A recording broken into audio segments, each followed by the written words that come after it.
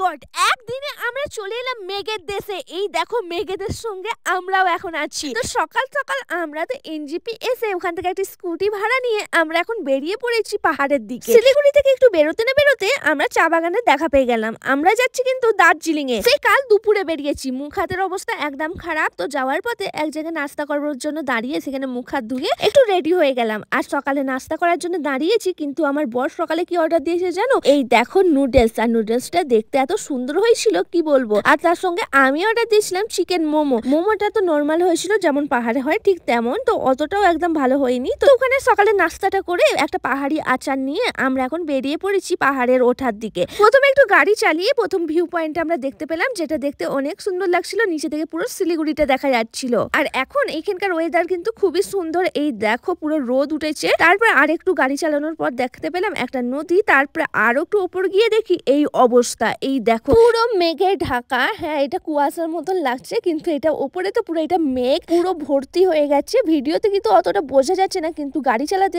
অনেকটা অসুবিধা হচ্ছিল, অনেক আস্তে আস্তে গাড়ি চালাতে হচ্ছিল। এই দেখো পুরো অন্ধকার মতন হয়ে গিয়েছিল, প্রচন্ড মেঘে ঢাকা ছিল, পুরো রাস্তায় দেখা যাচ্ছিল না। আমরা ওখানে দাঁড়িয়ে একটু ফটো তুলি, কারণ এরকম তো আর আমাদের ওখানে দেখা যায় না, তাই এখানে দাঁড়িয়ে একটু মজা করলাম।